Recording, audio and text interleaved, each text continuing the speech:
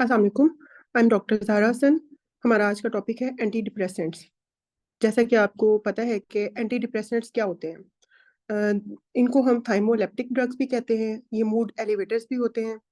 ये मेडिसिन्स होती हैं जिनको हम मेजर डिप्रेसिव डिसऑर्डर्स के लिए यूज़ करते हैं। एंग्जायटी डिसऑर्डर्स के लिए, क्रोनिक पेन के लिए, या फिर एडिक्शन किसी चीज़ की होती है तो उसको हम ख़त्म करने के लिए भी इन मेडिसिन्स का सपोर्ट लेते हैं। अच्छा, इसके बाद हमारे पास सिम्पटम्स क्या होते हैं डिप्रेशन के। इसकी ना एक छोटी सी एक शॉर्ट फॉर्म बनाई हुई है मैंने। CG caps, SIGECAPS। सिम्पटम्स की एब्रीवेशंस जो है ना वो बना के बनाई हुई है। S stands for sleep, I stand for interest, lack of sleep. G stands for guilt या वर्थलेसनेस की जो फीलिंग आती है हमें। E stands for lake of energy. C stands for concentration, lake of concentration. A stands for loss of appetite या मोर apatite, जो कि हमें डिप्रेशन में सिम्पटम्स आते हैं। P stands for psychomotor agitation and S stand for suicidability. अच्छा, ये कुछ मेजर मेजर सिम्पटम्स होते हैं हमारे, जो हमें डिप्रेशन के दौरान या हम कोई भी जो इस फेज से गुजर रहा होता है तो उसको इस तरह के जरूरी नहीं है कि सारे सिम्टम्स हो, लेकिन इसमें से कुछ ना कुछ ऑन एंड ऑफ सिम्टम्स उनको फील हो रहे होते हैं। अच्छा, इसमें हमें पता कैसे लगता है कि हम डिप्रेशन के फेज में जा रहे हैं। लाइक 2 वीक से अबव अगर कोई भी आपका सिम्टम आपको प्रिवेल हो रहा है, 2 ब्लू वीक्स, तो फिर वो जो है ना हम उसको डायग्नोज करते हैं कि डिप्रेशन की साइड पर हम जा रहे हैं। मेजर मेजर ओवरव्यू हम इसको डिस्कस कर लेते हैं। मेजर ओवरव्यू में हमारे पास क्या आता है कि एंटी डिप्रेसेंट क्लासिफिकेशंस क्या है। आवाज नहीं आ रही है आपको क्या?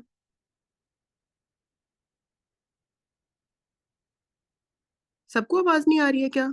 क्लियर करें प्लीज।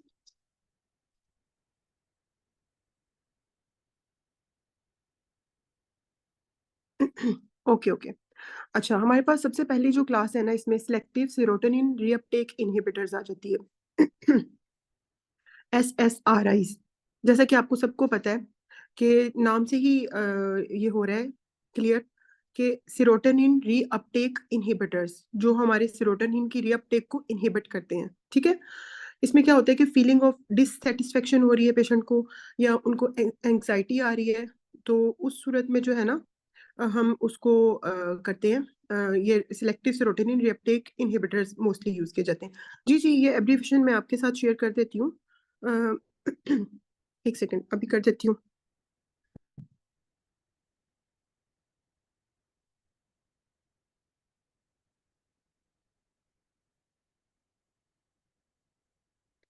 ये मैंने राइट कर दिया यहाँ पर, SIGECAPS। एस अगेन रिपीट कर रही हूँ मैं। S स्टैंड्स फॉर स्लीप, यानी कि lack of sleep. I stands for interest, lack of interest. G stands for guilt या worthlessness. E stands for energy, energy low हो जाती है या बहुत हाई होती है। Concentration, C stands for concentration. A stand for appetite, S stand for psychomotor agitation and S stands for suicidability. Okay हो गया? अब यहाँ तक क्लियर है सबको? ओके। अच्छा, नेक्स्ट हम पढ़ रहे थे कि हमारी सिलेक्टिव सेरोटोनिन रीअपटेक इनहिबिटर्स के बारे में हम सबसे पहले डिस्कस कर रहे हैं। जैसा कि अभी आप पिक्चर देखें ना, इसमें हमारे पास 6 टाइप्स ऑफ एंटी डिप्रेसेंट्स आते हैं मेजर मेजर, जिसके अंदर हमारे पास सिलेक्टिव सेरोटोनिन रीअपटेक इनहिबिटर्स है। हमारे पास सेरोटोनिन नॉरएपिनेफ्रिन रीअपटेक इनहिबिटर्स हैं। ट्राइसाइक्लिक एंटी डिप्रेसेंट्स आ जाते हैं। फिर कुछ एटिपिकल एंटी डिप्रेसेंट्स आ जाते हैं। मोनोअमीन एंटी डिप्रेसेंट्स आ जाते हैं। ठीक है, इनमें से हम ब्रीफ ब्रीफ थोड़ा थोड़ा इनके डिस्कस कर लेते हैं। अभी हम ना तो इनके मोड ऑफ एक्शन पे जा रहे हैं, ना हम इनकी कोई ज्यादा डेप्थ पे जा रहे हैं, बस एक ब्रीफ सा ओवरव्यू कर रहे हैं हम इसको ना। इसके अंदर ऐसा है कि हमारे पास, जैसे आप ये पहली ड्रग्स देखें, फ्लोक्सीटीन। फ्लोक्सीटीन जो होती है ना, इसमें सिलेक्टिव रीअपटेक सेरोटोनिन इनहिबिटर्स जो हैं, इनमें पहली ड्रग है। लॉन्गेस्ट हाफ लाइफ होती है इसकी, अप्रोक्सीमेटली 1 वीक इसका टाइम होता है। इसीलिए पेशेंट को बार बार रिपीटेड नहीं देनी पड़ रही होती ये मेडिसिन ना। लाइक वो डेली का डेली उनको रिमाइंडर नहीं रखना पड़ रहा होता, तो इसका क्योंकि हाफ लाइफ ज्यादा होता है।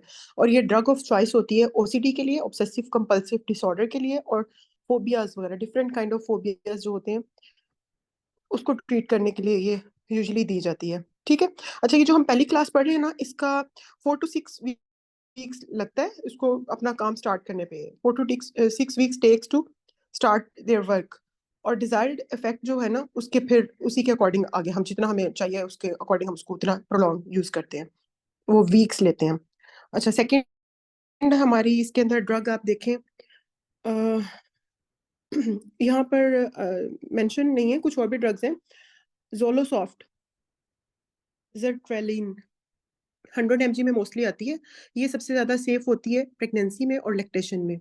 ठीक है। फिर हमारे पास आ जाती है अगली ड्रग, पेरोक्सिटीन।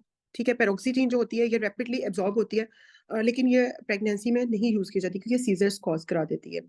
इसके बाद हमारे पास एक ड्रग आती है सिटेलोप्राम। सिटेलोप्राम जो है वो एक्सीलेंट फर्स्ट लाइन एजेंट होती है। सिलेक्सा के नाम से भी ये ब्रांड नेम से आती है। ये जेनरिक लिखे में ब्रांड डिफरेंट, आपको पता है कि मार्केट में different companies different brands introduce कराती हैं, तो उसी के अकॉर्डिंग फिर हम जो है ना ब्रांड जो भी होता है वो कोई हम हर ब्रांड तो नहीं मेंशन कर सकते, लेकिन कुछ कुछ ब्रॉड सी हम इसकी एग्जांपल देते हैं ना। अच्छा, इसके बाद हमारे पास ड्रग है एसिटाइलोप्राम। मोस्टली 10 mg के स्ट्रेंथ में आती है, लेग्जा प्रो के नाम से आती है। फिर है फ्लोक्सामीन। फ्लोक्सामीन भी ओसीडी के पेशेंट्स को दी जाती है। ठीक है।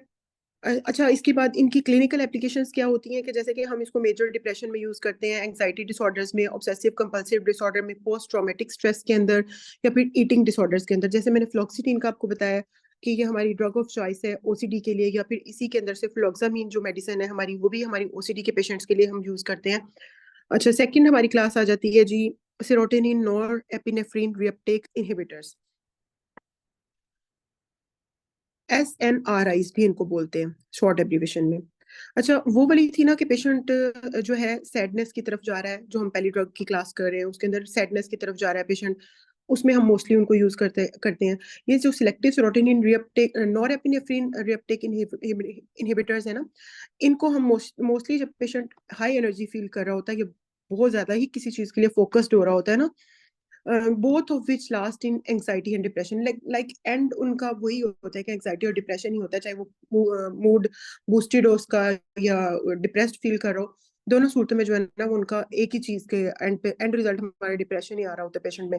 इसमें हमारे पास मोस्टली जो ड्रग्स दो यूज की जा रही होती है, डिलॉक्सिटीन है और वेनलफ वेनलफ्सीन है।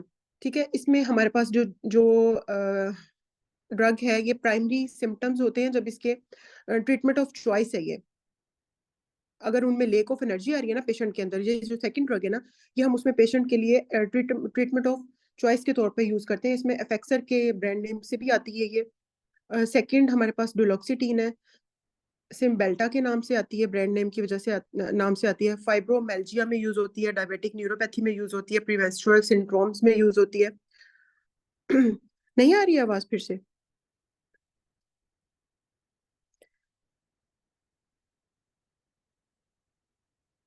अच्छा, ठीक है, ठीक है, ओके ओके। अच्छा, इसमें ऐसा है कि हमारे पास ये मेजर इसमें 2 से 3 ड्रग्स के नाम मैंने आपको भी बताए हैं। इसमें डुलोक्सिटीन हो गया, जिसमें सैम्बेल्टा के नाम से आता है, ये हमारे पास फाइब्रोमेल्जिया में भी यूज करते हैं हम इसको, डायबिटिक न्यूरोपैथी के पेशेंट्स में भी यूज कराते हैं हम, प्री मेंस्ट्रुअल सिम्टम्स में यूज कराते हैं। ये वाली जो क्लास हम बेसिकली जो non serotonin norepinephrine reuptake inhibitors SNRIs की बात कर रहे हैं हम। ये भी major depression, chronic pain disorders वगैरह में, या जैसे मैंने आपको पहले बताया कि फाइब्रोमेल्जिया में यूज करते हैं, प्रीमेंस्ट्रुअल सिम्टम्स वगैरह में यूज करते हैं। अच्छा, नेक्स्ट स्लाइड कीजिएगा please.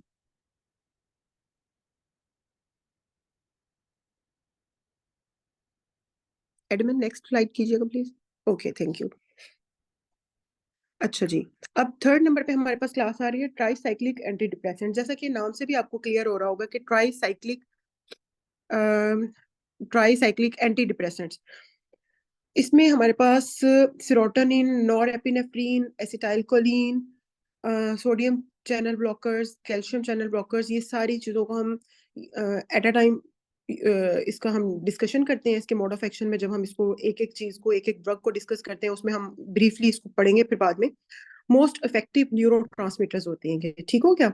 Most effective neuro transmitters किस तरह से होते हैं ये, क्योंकि इसमें ट्रांस, कैम्स, एंस, ये भी एक एब्रीवेशन है।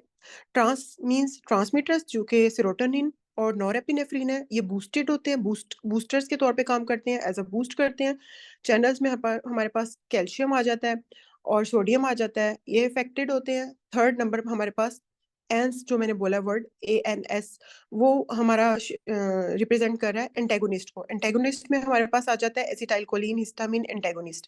ठीक है, ये इनको एंटेगोनाइज करते हैं। लाइक तीन चीजें हमारे पास एट अ टाइम, ट्रांस, चैंस और एंस हमारे पास एट अ टाइम इसमें मोड ऑफ एक्शन में आ रहे हैं, जिसके अंदर ये 6 मैंने आपको डिफरेंट डिफरेंट चीजें बताई हैं। सेरोटोनिन, नॉरएपिनेफ्रिन, सोडियम और कैल्शियम, और एसिटाइलकोलिन और हिस्टामिन। ठीक हो गया। अच्छा, इसके अंदर हमारे पास होता क्या है कि जितना भी, अच्छा वैसे एक जनरल सी बात है कि the more we mess with the brain, the more side effects we face. हमें ब्रेन के साथ बहुत ज्यादा नहीं खेलना है। हम जितना ज्यादा उसको खेलेंगे उसके साथ, उतना ही हम उसको ना साइड इफेक्ट ज्यादा हमें अचीव होते हैं, हमारे पास साइड इफेक्ट ज्यादा आ जाते हैं। और बाकी ये जो ट्राइसाइक्लिक एंटी डिप्रेसेंट्स है ना, इनमें ओवरडोज अगर हो जाए तो वो डेथ कॉज कर देता है। लाइक हमने इसकी ओवरडोजिंग से बचना होता है बहुत ज्यादा। ओवरडोज प्लस वाइड QRs, अगर वो हमारी जो वेव होती है हार्ट की, अगर आप में से आइडिया होगा उनको, जो इलेक्ट्रोकार्डियोग्राम की हमारी वेव आती है, उसमें QRS जो हमारे पास पोर्शन है ना, वो वाइड हो जाता है जब ओवरडोज ज्यादा होती है। तो उससे हम आइडिया लगाते हैं कि इसमें ट्राइसाइक्लिक एंटी डिप्रेसेंट्स ज्यादा यूज किए थे, ये टॉक्सिक होता है बेसिकली। और इसको एंटीडोट जो हम यूज करते हैं, वो बाइकार्बोनेट यूज करते हैं इसके एंटीडोट के तौर पे। अच्छा, आगे हमारे पास इनकी हम ड्रग्स को थोड़ा थोड़ा ब्रीफ ब्रीफ सा देख लेते हैं। अमिप्रामीन, अमिप्रामीन जनरली ग्रीफ और डिप्रेशन के लिए यूज की जाती है। टोफ्रानिल के नाम से भी आती है ये। फिर डेसमिप्रामीन है, फिर एमिट्रिप्टाइलिन है, इलेवल के नाम से मार्केट में आ जाती है ये। क्रोनिक पेन वगैरह में ये एमिट्रिप्टाइलिन मोस्टली यूज की जाती है। नॉरट्रिप्टाइलिन है, पेमिलोर के नाम से आती है। प्रोट्रिप्टाइलिन है, ट्राई एमिपरीन है, क्लोमिप्रिमीन है, वो भी OCD की ट्रीटमेंट के लिए यूज होती है, जिसमें एनाफ्रिल यूज करते हैं हम। ठीक है, ये भी मेजर डिप्रेशन में यूज करते हैं। और जो हमारी बाकी जैसे दो हमने पहली क्लासेस पढ़ी हैं, जिसमें हमारे पास वो ड्रग्स रिस्पॉन्ड नहीं कर रही हैं या उनका पेशेंट के ऊपर इतना अच्छा रिस्पॉन्स नहीं आ रहा है, तो फिर हम ये थर्ड कैटेगरी को चूज करते हैं, जिसमें ये मोस्ट रिस्पॉन्स आ जाता है मोस्टली, मतलब हम इस कैटेगरी पे फिर जाते हैं। और इसमें हमारे पास क्रोनिक पेन डिसऑर्डर्स के अंदर हम यूज करते हैं, यूरिनरी इन कॉन्टिनेंस में यूज करते हैं, ऑब्सेसिव कंपल्सिव डिसऑर्डर्स के अंदर हम यूज करते हैं। ठीक हो गया। नेक्स्ट हमारे पास ड्रग्स है जी, एटिपिकल एंटी डिप्रेसेंट्स। ठीक है, एंटेगोनिस्ट बेसिकली जो होते हैं हमारे पास, इसके अंदर हमारे पास जो मेजर मेजर ड्रग्स आ जाती हैं, बिप्रोपायोन है, निफेजोडोन है, ट्राजोडोन है, मिर्टेजोपिन है। ठीक है, बिप्रोपायोन जो है इसमें जेबन के नाम से आ जाती है मोस्टली मार्केट में ब्रांड। वेलब्रूटिन में आ जाती है इसमें। इसके ये वाली जो ड्रग है ना, बिप्रोपायोन, मोस्टली इसके जो है ना सेक्सुअल साइड इफेक्ट्स नहीं आते हैं, जैसे कि बाकी ड्रग्स के वो सेक्सुअल एक्टिविटी को इफेक्ट करते हैं ना, इसमें मोस्टली ये सेफ उस लिहाज से होती है, ये इतना उस चीज को इफेक्ट नहीं करती है। फिर जब हम स्मोकिंग क्विट कराना चाहते हैं, हम उस टाइम पे इसको मोस्टली यूज करते हैं। ट्रेजोडोन आ गई, ट्रेजोडोन में डिस्ट्रल आ जाती है, 100 mg की स्ट्रेंथ में मोस्टली आती है, स्लीपिंग एड के तौर पे हम यूज करते हैं। लाइक जो पेशेंट को सोने में इशू आ रहा होता है, नहीं प्रॉपर सो पा रहे होते हैं, तो उनको फिर हम एज अ सिडेशन के तौर पे उनको ये देते होते हैं। बाकी फिर क्लिनिकल एप्लीकेशन या इंडिकेशंस वही हो जाती है कि सिडेशन या हिप्नोसिस हमें चाहिए पेशेंट के लिए, तो हमने उसमें ये वाली कैटेगरी को यूज करना है। हमें मेजर डिप्रेशन तो ऑब्वियसली एंटी डिप्रेसेंट है, तो हर एक में मेजर डिप्रेशन है। और सबसे एक और चीज इसके अंदर इंपॉर्टेंट आ जाती है कि इस वाली कैटेगरी का हमारे पास शॉर्ट हाफ लाइफ है। जैसे कि हमने ट्रेजोडोन की बात की है कि वो स्लीपिंग एड के लिए होती है, तो वो ऑब्वियसली ओवरडोज तो किसी भी चीज की डेंजरस ही होती है, लेकिन अगर हम वैसे बात करें तो ये शॉर्ट इसका हाफ लाइफ होता है। आगे हमारे पास क्लास आ जाती है मोनोअमीन ऑक्सीडेज इनहिबिटर्स, माउस, बहुत कॉमन आपने वर्ड सुना होगा, माउस इनहिबिटर्स। इसके अंदर भी हमारे पास सिलेक्टिव सेरोटोनिन आ जाते हैं, इसमें डोबुटामीन आ जाता है, नॉर एपिनेफ्रीन आ जाते हैं हमारे पास। चैनल्स जो हम इसमें यूज करते हैं, most effective of all category ये आती है। बाकी जितनी कैटेगरीज हमने डिस्कस की हैं, उनमें से सबसे मोस्ट इफेक्टिव कैटेगरी हमारी ये है, but all of being used very often. Because of hypertension crisis. ये वाली जो हम क्लास डिस्कस कर रहे हैं इसमें हाइपरटेंशन के बहुत ज्यादा इश्यूज आ जाते हैं, ब्लड वेसल्स कंस्ट्रिक्ट हो जाती है, और जिसकी वजह से हाइपरटेंशन का जो है इशू फेस ज्यादा करना पड़ता है। इसमें मेजर क्लास में आ जाते हैं फिनेलजीन आ जाती है, सेलिजिलिन। सेलिजिलिन भी मोस्टली कॉमन आप लोगों ने सुना होगा वर्ड, या अनरिस्पॉन्सिव टू अदर ड्रग्स। जब कोई पेशेंट जा रहा होता है उस सूरत में हम इसको यूज कराते हैं, इस कैटेगरी को यूज करते हैं। सिलेक्टिव लाइन जो हमारी आती है सेलिजिलिन में आ जाते हैं, माओ बी आ जाते हैं। सिर्फ इसमें जो हमारे एक्ट करते हैं वो माओ बी आते हैं, और फेनेलजीन में जो है हमारे माओ ए और माओ बी दोनों इकट्ठे काम कर रहे होते हैं। माओ बी में क्या होता है, डो विटामिन ओनली इसका इफेक्ट हो रहा होता है, इंक्रीज हो रहा होता है। जो माओ ए और माओ बी फिनेलजीन है, इसका मोड ऑफ एक्शन में क्या आ जाता है, ब्रीफ ब्रीफ से बता रही हूँ, फिर ऑब्वियसली हम इसको जब डिटेल में डिस्कस करेंगे तो हम उसको उस टाइम पे पढ़ेंगे। इसमें आ जाता है कि हमारे पास सेरोटोनिन है, डोपामिन है, और नोर एपिनेफ्रिन है।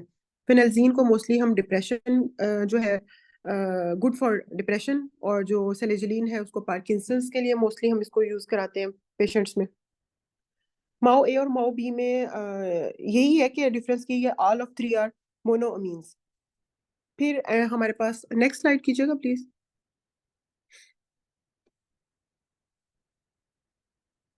जी, नेक्स्ट स्लाइड हमारे अंदर हमारे पास है, इसमें टेट्रासाइक्लिन या यूनिसाइक्लिन। इसमें वो एक कैटेगरी ब्यूपीरियोन जो हमने पहले पढ़ी है, मिर्टेजोपिन है, अमोक्सापिन है। ये भी स्मोकिंग सेसेशन जब हमने करनी होती है, किसी पेशेंट को स्मोकिंग की एडिक्शन है और हमने उसको खत्म करानी है, तो उस टाइम पे हम इसको यूज करते हैं, जैसे मैंने आपको पहले भी बताया था। फिर उसके बाद drug use to treat mania, ये भी हमारी एंटी डिप्रेसेंट्स में ही आ जाती है, क्योंकि उसके अंदर हमारी वेलप्रोइक एसिड आ जाती है, कार्बामेज़ेपिन आ जाती है, लिथियम सॉल्ट मोस्टली यूज किए जाते हैं। अच्छा, कोई भी मेडिसिन ऑब्वियसली, या आप लास्ट स्लाइड चेक करें, side effects of anti depressants. जब हम कोई भी मेडिसिन यूज कर रहे हैं, साइड इफेक्ट तो ऑब्वियसली उसके आते ही आते हैं कुछ ना कुछ। इसमें हमारे पास होता क्या है कि हमारे पास डिवेल्प अ टॉलरेंस, इसकी मेडिसिन की टॉलरेंस डिवेल्प हो सकती है। ठीक है। फिर डिप्रेस्ड फीलिंग आ सकती है, लाइक ज्यादा टाइम हम उसको अपने कंट्रोल में रख रहे हैं with the help of medicine, तो वो और ज्यादा डिप्रेशन डिप्रेशन की फीलिंग आना शुरू हो जाती है।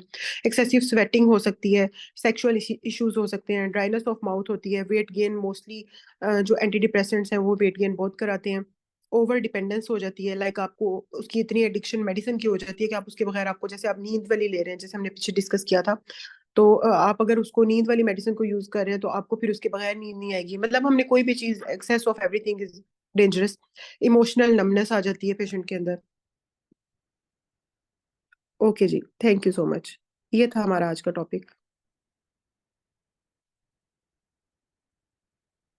जी, which class of anti depressants are safe to use in adults. देखिए, एडल्ट्स हो उनमें हम यूज तो कोई भी क्लास हम कर रहे हैं ना, जैसे कि मैंने डिफरेंट डिफरेंट आपको एरियाज बताए हैं कि कौन सी एरिया के अंदर कौन से वाली हमारी डिप्रेशन पेशेंट की सिम्टोमेटिकली हम उसको ट्रीट करेंगे ना, हम क्लास के अकॉर्डिंग तो नहीं जाएंगे।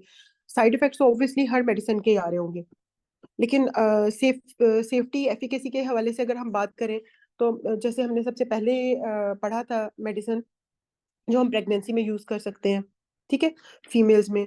तो हर पॉइंट ऑफ व्यू से हमें उसको मेडिसिन को देखना पड़ता है।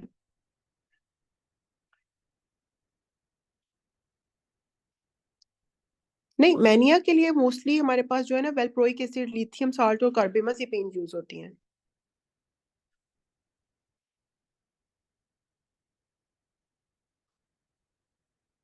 कोई और क्वेश्चन है आपका?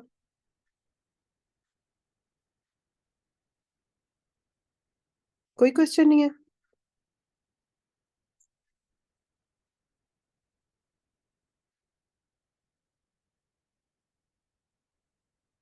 Anti depressants and mood stabilisers are the same?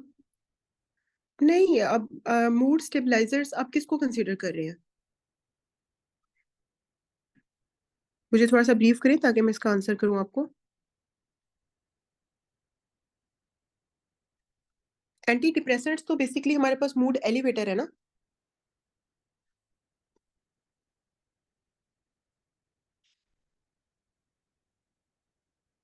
Mood elevator जिसमें जिसको हम थाइमोलेप्टिक ड्रग्स भी बोलते हैं। जी जी जी, बाइपोलर डिसऑर्डर भी तो हमारा यही है ना।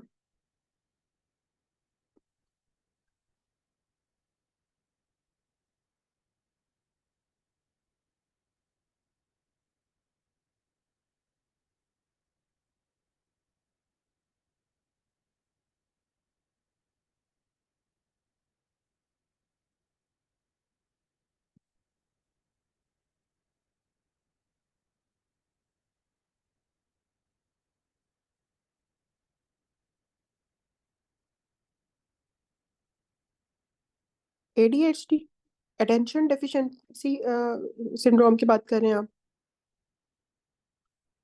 जी बिल्कुल, उसमें भी एंटी डिप्रेसेंट्स ही यूज करेंगे हम। अच्छा, अच्छा, which anti depressants are used in post menopausal women for anxiety and disorders? जी, हमने ये अभी पीछे डिस्कस किया था इसको।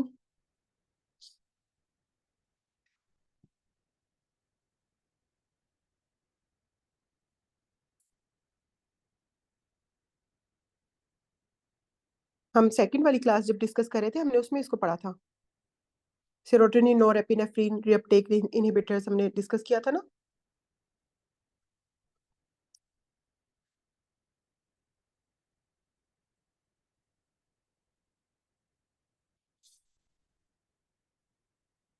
जी जी, सेम ट्रीटमेंट।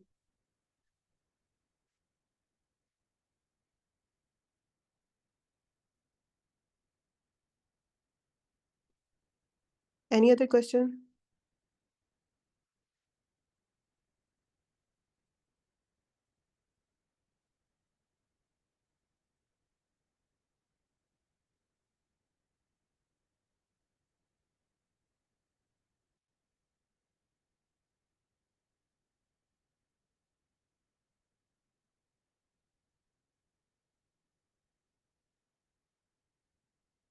कोई और क्वेश्चन नहीं है?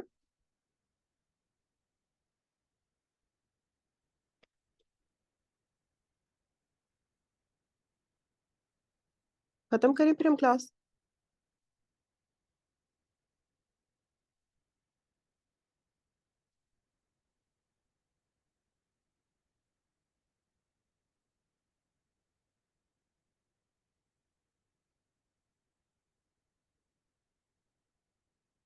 नहीं नहीं, ऑडियो में क्लास लेने की पॉलिसी नहीं है। आपको ऑडियो में कोई क्वेश्चन करना है तो फिर आप डॉक्टर हुड को मैसेज कर दीजिएगा, वो फिर कन्वे कर देते हैं। जो भी क्वेरी होगी फिर उसके बाद उसका रिप्लाई कर दिया जाता है। जी बिल्कुल, dosages, duration, mode of action, each and everything हम इसको डिटेल में डिस्कस करेंगे। वो एक अलहदा हमारा क्लास होती है, हमारी एक अलहदा से। ये तो एक ब्रीफ सा हमारा डिस्क्रिप्शन था एंटी डिप्रेसेंट्स का। हम एक एक क्लास को फिर आगे जाके डिटेल में डिस्कस करेंगे ना। लाइक अभी हमने एक ओवरव्यू दिया है जनरल सा, कि हमारी एंटी डिप्रेसेंट्स क्लासिफिकेशन है और उसके अंदर हमारे पास ये मेजर मेजर सी क्लासेस हैं। उसके अंदर डिफरेंट डिफरेंट क्लासेस आ जाती हैं, डिफरेंट डिफरेंट मेडिसिन आ जाती हैं, और हम किस किस पर्पस के लिए जनरली यूज करते हैं। डिटेल जो डिस्कशन अगर हम बात करें कि उनके मोड ऑफ एक्शन क्या है, उनके डोजेज क्या है, उसकी ड्यूरेशन क्या है, कितना टाइम पे दे सकते हैं, कितने देर के बाद टॉक्सिसिटी हो जाती है, वो सारी जो डिटेल्स वगैरह है वो आपका एक प्रॉपर कोर्स जब होगा उसमें आउटलाइन डिसाइड होगी तो उसके अकॉर्डिंग आपको बताया जाएगा।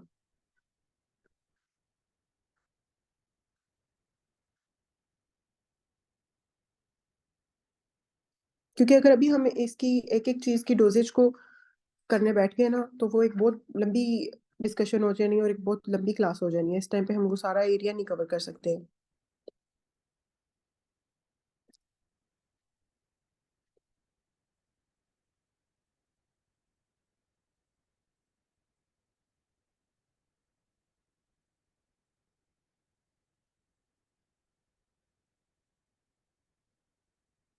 यही जो हमने अभी बात की है इससे रिलेटेड कुछ अगर किसी ने पूछना है तो पूछ लें, otherwise should I leave?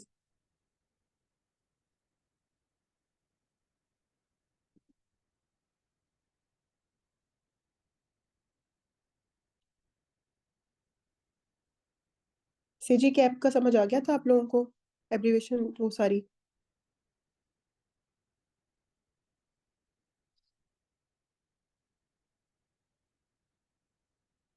Note down करना है तो बेशक कर ले, मैं रिपीट करवा देती हूँ अगर आपको करना है तो, अगर किसी को नहीं क्लियर हुआ तो।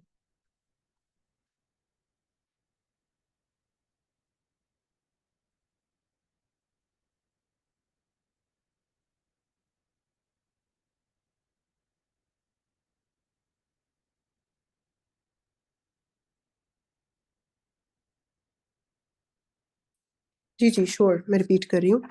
नोट करें, सीजी कैप, SIGECAPS। मैं आपको एक शॉर्ट फॉर्म में लिख के दे रही हूँ यहाँ पर।